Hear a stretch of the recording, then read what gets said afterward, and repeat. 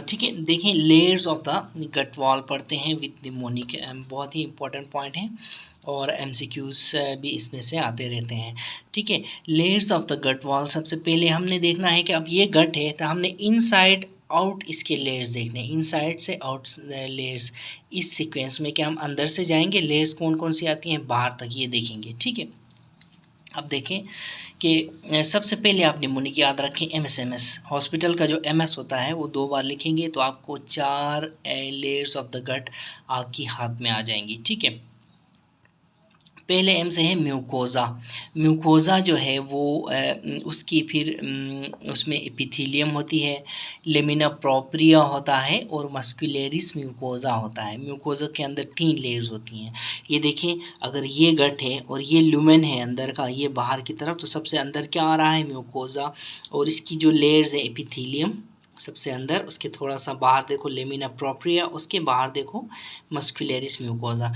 ठीक है, अच्छा ये पहली लेयर हो गई। याद रखें पहली लेयर में कोई भी नर्व प्लेक्सस नहीं होता। ठीक है, उसके बाद एस से क्या है, एस से है सब म्यूकोज़ा। ठीक है ना, सब म्यूकोज़ा में आपको नर्व प्लेक्सस मिलेगा और कौन सा मिलेगा, मीजनर्स प्लेक्सस मिलेगा। इसका जो निमोनिक है सब क्यों सिर्फ में, सब क्यों सिर्फ में, यानी कि सब क्यों सिर्फ में, सब से सब म्यूकोज़ा और में से मीजनर्स। याद रखें ऑर्बेक्स नहीं होता इसमें, इसमें मीजनर्स होता है, इसीलिए सब क्यों सिर्फ में आपने निमोनिक याद रखना है, सब से सब म्यूकोज़ा और मी से मीजनर्स। ठीक है, इसके अलावा दूसरा निमोनिक इस पॉइंट पे याद रखें कि डबल एस आता है ना मीजनर्स में, तो इसका काम सिक्रीशन होता है, ये सिक्रीट करती है फ्लूइड। डेफिनेटली आप देखें अगर ये लुमेन है तो कोई यहाँ की चीज़ तो अंदर सिक्रीट नहीं करेगी ना, जो करीब है वो सिक्रीट करेगी ना कोई फ्लूइड। ठीक है, तो ये इसका फंक्शन है सब म्यूकोज़ा का, इट सिक्रीट्स फ्लूइड। ठीक है, अच्छा उसके बाद हमारा मस्कुलरिस एक्सटर्ना आता है। ठीक है, मस्कुलरिस एक्सटर्ना जो है नाम से ही देखें एक्सटर्ना, तीसरे एम से जो है मस्कुलरिस एक्सटर्ना, तो ये बाहर होती है। ठीक है, मस्कुलरिस एक्सटर्ना ये देखें यहाँ पे इसका लेयर है।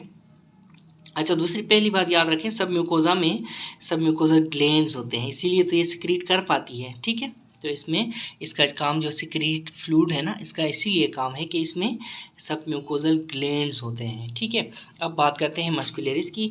मस्कुलरिस देखिए, मस्कुलरिस में फिर लेयर्स होती हैं, इनर सर्कुलर लेयर, अंदर की सर्कुलर लेयर, फिर बीच में मायंटेरिक या फिर जिसको ऑर्बेक्स प्लेक्सस भी कहते हैं, वो मस्कुलरिस म्यूकोज़ा में होता है। तीसरी फिर आउटर लॉन्गिट्यूडनल लेयर है। ठीक है, इसके फिर ये लेयर्स हो गए। ठीक है, मैंने क्या कहा, इट इंक्लूड्स मायंटेरिक नर्व प्लेक्सस, जिसको ऑर्बेक्स प्लेक्सस भी कहते हैं, और क्योंकि इसमें मसल्स हैं, मस्कुलरिस है, तो इसका काम क्या है, मोटिलिटी, गट की मोटिलिटी में ये रोल प्ले करती है मस्कुलरिस म्यूकोज़ा, मस्कुलरिस एक्सटर्ना। ठीक है, इसी तरह फिर लास्ट में सीरोज़ा हो सकती है या एडवेंटिशिया हो सकती है। ठीक है, सीरोज़ा या एडवेंटिशिया।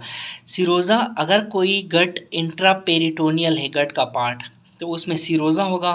वो गट जो रेट्रोपेरिटोनियल है उसमें एडवेंटिशिया होगा। रेट्रोपेरिटोनियल जैसे असेंडिंग कोलोन, डिसेंडिंग कोलोन, ठीक है, सेकेंड पार्ट ऑफ ड्यूडेनम वगैरह रेट्रोपेरिटोनियल होती हैं, इनमें एडवेंटिशिया होगा 4th लेयर, जबकि रिमेनिंग गट में जो इंट्रापेरिटोनियल होती है उसमें सीरोज़ा होगा। ठीक है, हाँ ठीक है ना। इसका जो निमोनिक है मायोर, याद रखें मायोर, किसी भी शहर का, सिटी है, लंदन का मायोर। ठीक है, तो मायोर, मायो से मायंटेरिक, और से ऑर्बेक्स प्लेक्सस। ठीक है, इसी तरह एक और बात पॉइंट यहाँ पे लिखा हुआ है कि ulcers can extend into sub mucosa, inner और आउटर मस्कुलर लेयर। देखें, जो यहाँ से अगर अल्सर बने ना म्यूकोज़ा और सब म्यूकोज़ा और इनर और आउटर मस्कुलर लेयर तक, ये बाहर इरोड जो अल्सर बन सकता है। जबकि इरोजन्स यहाँ पे 2 किस्म की चीज़ें हैं, एक अल्सर है, ठीक है, और दूसरा कौन सा है, दूसरा है इरोजन्स। इरोजन्स जो है सिर्फ और सिर्फ म्यूकोज़ा में होते हैं। ठीक है, म्यूकोज़ा में इरोजन्स होते हैं, जबकि अल्सर होता है वो डीप तक बाहर तक आ सकता है, गट की एक्सटर्नल मस्कुलर लेयर्स तक भी आ सकता है। अब अगर हम फ्रीक्वेंसी की बात करें, बेजल इलेक्ट्रिकल रिदम, यहाँ पे BER लिख दें, बेजल इलेक्ट्रिकल रिदम। ठीक है ना, स्लो वेव्स जो गट की पेरिस्टाल्सिस में जो प्ले करती हैं, ये कहाँ रिदम ये ओरिजिनेट करती है? ये ओरिजिनेट करती है इंटरस्टिशियल सेल्स ऑफ काहाल में। ये काजल नहीं पढ़ा जाता है, इंटरस्टिशियल सेल्स ऑफ काहाल में ये बेसल इलेक्ट्रिकल रिदम जो है वो ओरिजिनेट करती है। ठीक है, याद रखें कि हर गट के हर हिस्से की अपनी एक रिदम होती है जिसको बेसल इलेक्ट्रिकल रिदम कहते हैं, मूवमेंट की रिदम होती है। फॉर एग्जांपल ड्यूडिनम की जो बेसल इलेक्ट्रिकल रिदम है 12 पर मिनट है, यानी इसका निमोनिक याद रखें डी से 10 से ज़्यादा है ड्यूडिनम की, जबकि इलियम कम है। इलियम कम एक वो होता है ना, सेम सी आवाज़ आती है, तो 10 से कम है इलियम का, 9 पर मिनट इसकी बेसल इलेक्ट्रिकल रिदम है, जबकि स्टमक की सबसे कम होती है, 3 वेव्स पर मिनट आती है। ठीक है, तो ये है टेबल, ये टेबल आप ऐसे रोक के देख सकते हैं। इसके अलावा फिगर देख लें। फिगर में जो है सबसे पहले देखें ये लुमेन है, यहाँ से फिर अंदर से म्यूकोजा स्टार्ट होती है। म्यूकोजा के फिर layers epithelium, lamina propria, muscularis, mucosa.